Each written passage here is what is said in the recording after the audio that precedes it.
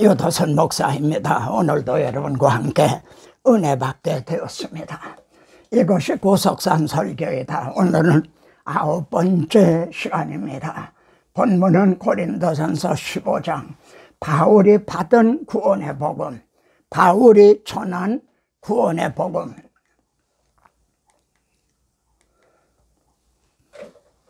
내가 받은 것을 먼저 너에게 전하였노니 이는 성경대로 그리스도께서 우리 죄를 위하여 죽으시고 장사 지낸 바 되셨다가 성경대로 사흘 만에 다시 살아나사, 이것이 바울이 받은 구원의 복음이고요. 바울이 전한 구원의 복음입니다. 저는 지난 시간에 목회자인 나에게 가장 중요하고 어려웠던 문제는 성도들이 거듭났는가 하는 문제라고 했죠. 왜 성도들이 거듭났는가, 그 문제를 그토록 고민을 했는가. 예수를 죽은 자 가운데서 살리신 이의 영이 너희 안에 거하시면, 예수를 죽은 자 가운데 살리신 이의 영이 너희 안에 거하시면, 즉 거듭났으면요, 누구든지 그리스도의 영이 없으면 그리스도의 사람이 아니라 했죠. 살리신 이의 너희 안에 거하시면, 예수 그리스도를 죽은 자 가운데서 살리신 이가 너희 안에 거하시는 그의 영으로 말미암아 너의 죽을 몸도 살리시리라. 지금 우리들의 영혼이 거듭났습니다. 그러나 몸은 이렇게 늙어가죠. 그리고 죽죠. 그런데 너의 죽을 몸도 살리시리라.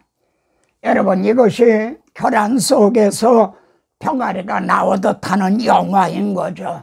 모든 교란에서 병아리가 나오는 건 아닙니다. 씨가 있는 교란, 유정란에서만. 그래서 우리의 낮은 몸을 자기 영광의 몸의 형체와 같이 변하게 하시리라. 그런데 말입니다, 때는 이미 늦었고 자신이 거듭나지 못했다면 말이죠, 다른 성도들은 다 영화되는데 달걀이 골아버리죠. 그렇게 되면 어떻게 되는가? 슬피 울며 이를 갈미 있으리라. 그렇게 말씀을 하죠. 누구를 향해서 이를 갈까요? 사탄에 대해서 그러면 좋겠죠. 그러나 자신을 잘못 인도한 목회자를 향해서 이를 간다면 어떻게 되겠습니까? 이를 생각한다면 성도들이 거듭나는가 한 문제가 얼마나 중요하고 목회자의 관심인가. 그래서 성도들이 그 거듭난 특성이 나타나지 않을 때요, 성도들이 예배드리고 간 후에 강대상 앞에 엎드려서 말이죠, 그 성도를 생각하면서 그 이름을 부르면서 그에게도 그리스도의 영광의 복음의 광채, 복음을 비춰주셔서 거듭나게 해주십시오 하고 안타깝게 간구하게 되는 거죠. 그런데 모든 설교가 구원의 복음은 아니라는 말입니다. 그리스도께서 나를 보내시면, 사도 바울이 나를 보내신 것은 오직 복음을 전하게 하려 합니다. 복음을 전하라고 자기를 부르시고 자신을 보내셨다는 거죠. 그런데 말의 지혜로 하지 않았다. 자기 말로 설득을 하려고 하지 않았다. 오늘날의 많은 설교들이 이런 경향이 있죠. 왜 이렇게 말의 지혜로 하지 않았나요? 그리스도의 십자가가 헛되지 않게 하려 합니다. 자기가 말의 지혜로 그 사람을 설득시켜서 예수 믿게 했다면 주님이 헛되이 죽으신 게 되는 거죠. 십자가의 도가 멸망하는 자들에게는 미련한 것이요, 바울은 그걸 알고 있었어요. 십자가의 도가 미련한 것이라는 걸 알고 있었어요. 오늘날도 그래서인가요? 십자가의 도를 옆으로 밀어놓고 인문학적인 설교, 이런 것이 유행하고 있죠. 구원받은 우리에게는 하나님의 능력이라, 우리를 허물과 죄로 죽었던 우리를 거듭나게 한 그런 능력이라는 거죠. 바울이 받은 복음, 구원의 복음, 바울이 전한 구원의 복음에는요 4가지 요점이 있습니다. 여러분 이걸 이제 좀 주목해 보시기 바랍니다. 첫째 요점은 그리스도께서, 바울은요 예수께서 그렇게 말하고 있지 않습니다. 그리스도께서, 이는 박해자였던 바울의 신앙 고백인 거죠. 주는 그리스도시요 살아계신 하나님의 아들이십니다. 비록 우리가 그리스도도 육체를 따라 알았으나 바울이 박해자였을 때는 예수님을 나사렛 목수의 아들로 이렇게 육신을 따라 알았다는 거죠. 그런데 유대인들도요 그 부모를 우리가 아는데 어찌하여 하늘에서 내려왔다느냐, 어찌하여 하나님의 아들이라 하느냐, 어찌하여 하나님을 내 아버지라 하느냐. 그런데요 놀랍게도 오늘날도 어찌하여 하늘에서 내려왔다느냐, 예수님이 동정녀 탄생하셨다는 거, 하나님의 아들이라는 거, 이걸 믿지 않는 그런 신학자들이 교회 안에도 많이 있는 거죠. 그리스도께서 두 번째 요점은 우리 죄를 위하여 죽으셨다. 인자가 온 것은 자기 목숨을 많은 사람의 대속물로 주려 함이라. 주님이 친히 이렇게 말씀을 하셨죠. 주님은 십자가를 앞에 놓고요, 아버지여 나를 구원하여 이때를 면하게 하여 주옵소서. 그러나 내가 이를 위하여 이때 왔나이다. 대속 제물이 되기 위해서, 그리고 잃어버린 자들을 찾기 위해서 이때 왔나이다. 이 말씀을 통해서요, 그러면 나는 무엇을 위해서 이때에 세움을 받았는가, 왜 풀어가느냐 하면은 주께서 쓰시겠다라. 주님이 나 같은 당나귀 같은 나를 무엇에 쓰시려고 이때 세우셨는가. 주님은 십자가상에서 다 이루었다. 그리스도께서 우리를 대신해 죽으시고, 세 번째 요점은 사흘 만에 다시 살아나사 죽으신 것이 끝이 아니라는 거죠. 죽은 자들 가운데서 부활하사 하나님의 아들로 선포되셨으니, 로마서는 서두에서 이렇게 말합니다. 그러면은 주님이 부활하심으로 하나님의 아들이 되셨다는 건가요? 아닙니다. 죽은 자 가운데서 부활하심으로 진실로 그는 하나님의 아들이시었다. 이것이 증명이 됐다는 거죠. 하나님의 아들로 선포되셨다. 이해가 되시죠? 그리고 맨 나중에 만삭되지 못하여 난 자 같은 내게도 보이셨나니라. 사울아 사울아 내가 어찌하여 나를 핍박하느냐. 주여 누구시옵니까? 주님이 부활하심으로 죽음의 세력을 잡은 자 곧 마귀를 멸하시며, 만일 주님이 부활하시지 못했다면 사망에 이렇게 매여 있는 게 되는 거죠. 붙들려 있는 게 되는 거죠. 그러면 승리하신 것이 되시지 못하는 거죠. 죽음의 세력을 잡은 자 마귀를 부활하심으로 멸하셨다. 그러면은 그리스도께서 죽으시고 부활하신 것이 네 번째 요점은요, 성경대로 되었다는 겁니다. 그것이 임시 응변대로 즉흥적으로 된 것이 아니라 성경에, 구약 성경에 기록된 대로 되어졌다는 거죠. 그러니까 정말 믿을 만한 확실하다는 거죠. 여호와께서는 우리 모두의 죄악을 그에게 담당시키셨도다.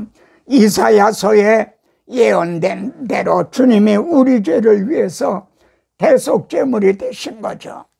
또 시편을 통해서 주의 거룩한 자로 썩음을 당하지 않게 하실 것임이라 이렇게 예언하신 대로요 죽은 자 가운데서 부활하셨죠. 성경대로 죽으시고 우리 죄를 위해 죽으시고 성경대로 부활하셨다는 거죠.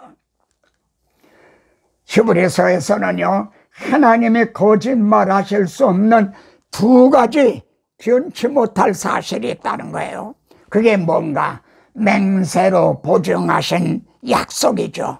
하나님은 아브라함에게 맹세하시면서요 내 자손으로 말미암아 천하 만민이 구원의 복을 받으리라 약속을 하셨죠. 맹세와 약속 이 두 가지는 하나님의 거짓말하실 수 없는 변치 못할 사실이라는 거죠.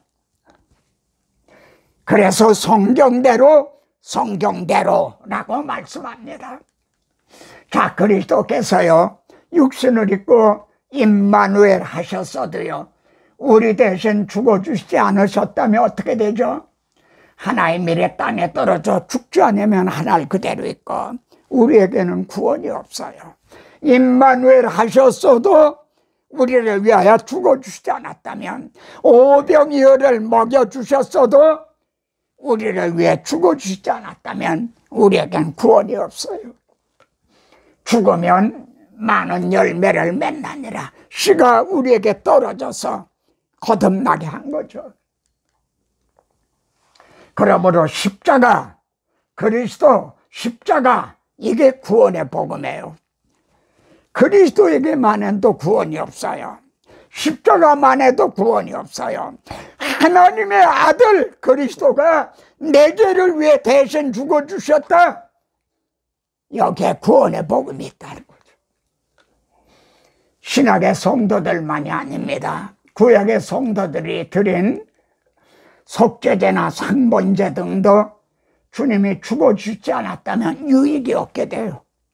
왜 그러죠? 그건 모형과 그림자이기 때문에요. 참 형상이 아니기 때문에. 아멘. 주님이 우리 대신 죽으셨으나 만일 부활하시지 못했다면 어떻게 되나요?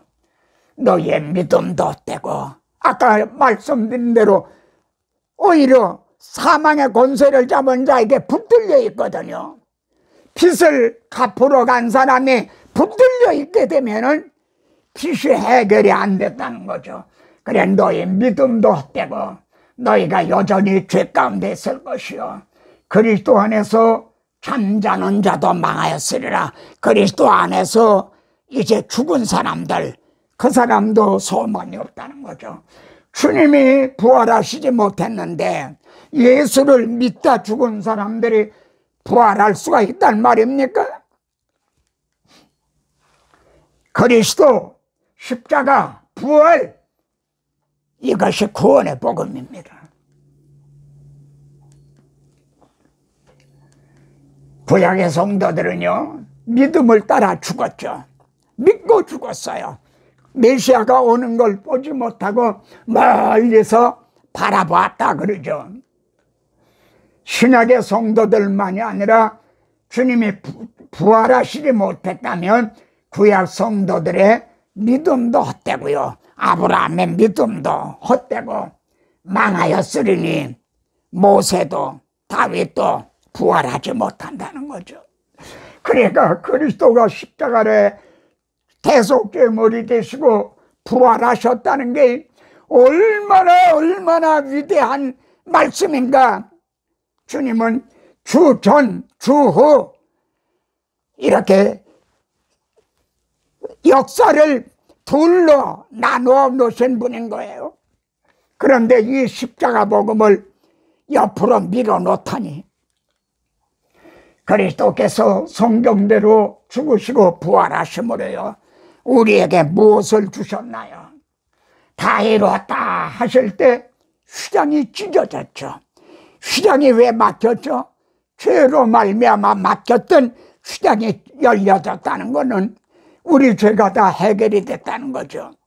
이제는 출입 금지했던 것이 들어도 좋다. 하나님 앞에 나아가는 길이 열렸다는 거죠.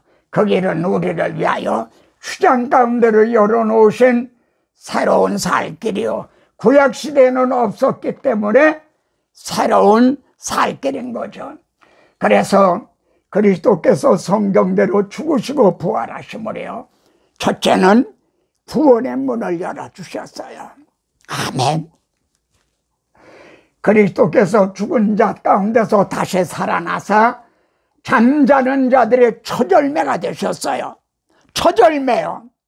그러면은 본격적으로 그때부터 추수가 시작이 되는 거예요. 그래서 주님은 죽으시고 부활하심으로요, 부활의 문을 열어주셨어요. 그래서 구약의 성도들도 부활할 수 있는 부활의 문을 열어주셨어요. 그런데 이 십자가 복음, 구원의 복음을 옆으로 밀어넣다니, 십자가의 도가 멸망하는 자에게는 미련한 것이로되 혹시 미련하게 여기고 있기 때문 아닌가요? 바울이 받은 복음, 바울이 전한 복음 중에 하나 남은, 아까 앞에서 4가지 요점을 말씀드렸죠. 하나 남은 5번째 요점이 있어요. 그건 주님의 재림인 거죠. 보라, 내가 너에게 비밀을 말하노니 마지막 나팔에 순식간에 호련히 다 변하리니 이것이 주님의 재림하시는 나팔입니다. 나팔 소리가 나면 죽은 자들이 썩지 않을 것으로 다시 살아나고, 그리고 그때 살아남아 있던, 지상에 살아남아 있던 우리도 변하리니, 우리도 그때 죽었다가 살아나는 게 아니에요. 그냥 산대로 갑자기 호련히 변하는 게, 순식간에 호련히 변한다. 보라, 내가 속히 오리니 나는 알파와 오메가요, 처음과 마지막이요, 시작과 마지막이 마침이라. 만일 주님이 임마누엘 하시고 십자가 지시고 승천하시고 부활 승천하셨다 해도 재림하시지 않는다면요, 알파는 되지만 오메가는 못 되죠. 처음은 되지만 마지막은 못 되고요, 시작은 하셨지만 마침이 되지 못하는 거죠. 이런 일은 없다는 거죠. 이 구원 계획에는 하나님의 이름과 명예가 걸려있기 때문에요. 그러므로 그리스도, 십자가, 부활, 승천, 재림, 이래서 하나님의 구원 계획은 완성이 되는 거죠. 아멘. 하나님은 우리 대신 자기 아들을 심판하심으로요, 최후 심판이 있다는 점을 분명히 보여주셨죠. 이때에 자기 아들을 화목제물로 세우셨을 때 자기의 의로우심을 나타내서 누구에게 나타내셨어요? 자기 아들에게. 우리를 심판하실 것을 자기 아들을 대신 심판하신 거죠. 그리고 우리를 믿는 우리를 의롭다고 여겨주셨죠. 이게 미켈란젤로의 최후 심판의 그 그림입니다. 최후 심판이 없다면요, 우리 대신 자기 아들을 심판하셨겠습니까? 아멘. 이러한 구원의 복음을 받은 바울은요, 주 예수께 받은 사명, 곧 하나님의 은혜의 복음을 증언하는 일을 마치려 하면은 지금 예루살렘으로 올라갑니다. 거기 가면 환난과 핍박이, 결박이 기다리고 있다. 그걸 알면서도 주 예수께 받은 사명, 하나님의 은혜의 복음, 이 구원의 복음을 증언하는 일을 마치려 하면은 나의 생명조차 조금 더 귀한 것으로 여기지 아니하노라. 그리고 주님이 십자가를 지시기 위해 예루살렘으로 올라가신과 같이 바울도 주님의 가신 그 길을 따라 올라갔죠. 그리고 순교를 당함으로 바울이 받은 구원의 복음, 바울이 증언한 구원의 복음이 진실하다는 걸 순교를 통해 입증을 했죠. 이런 구원의 복음을 받은 우리는요, 우리 중에 자기를 위하여 사는 자가 없고 자기를 위하여 죽는 자가 없도다. 우리 중에 그런 사람은 없다. 있다면 그는 복음을 모르는 사람이다. 아직 거듭나지 못한 사람이다. 거듭났다 해도 아직 어린아이들이야. 이렇게 말하고 있는 거죠. 우리가 죽어도 주를 위해, 살아도 주를 위해, 죽어도 주를 위해 죽나니 사나 죽으나 우리가 주의 것이로다. 루터는요, 로마서 주석에서 서문에 이렇게 말합니다. 구원의 복음이 너무도 확고하기 때문에 이걸 믿는 사람은요, 이를 위해서 몇 번이요? 1000번이라도 죽을 수 있다. 이것이 구원의 복음을 받은 우리들입니다. 자, 이상 말씀드린 것이 형제가 받은 구원의 복음, 형제가 구원의 복음이 맞습니까? 오늘날 이런 구원의 복음이 담대하게 전해지고 있나요? 우리가 행해야 될 일은 뭡니까?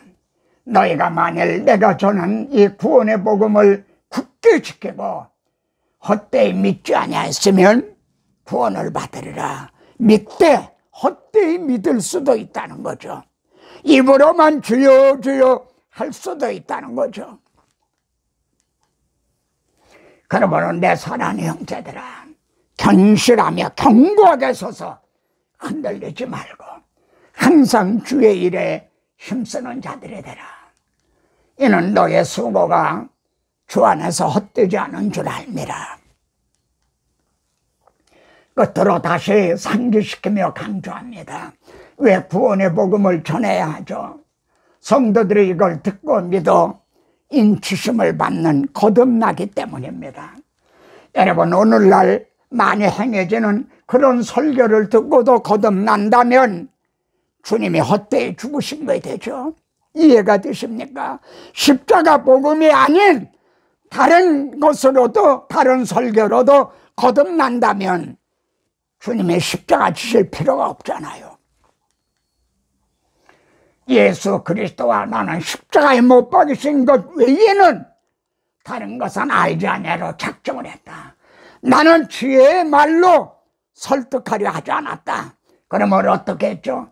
다만 성령의 나타나심과 제가 구원의 복음을 전하면 성령님이요, 듣는 자에게 믿음 주시고 거듭나게 해 주십시오. 성령의 나타나심과 능력이 무슨 능력이죠? 허물과 죄로 죽었던 너희를 살리셨도다. 주님은 나의 증인이 되라. 주 예수 세상에 다시 오실 그날엔 무성도 변화하여 주님의 빛나는 그 형상을 다 함께 보며 주 찬양하리. 주님의 마음 본받아 살면서 그 거룩하신 나도 형제도 이루리. 다음에 또 뵙겠습니다.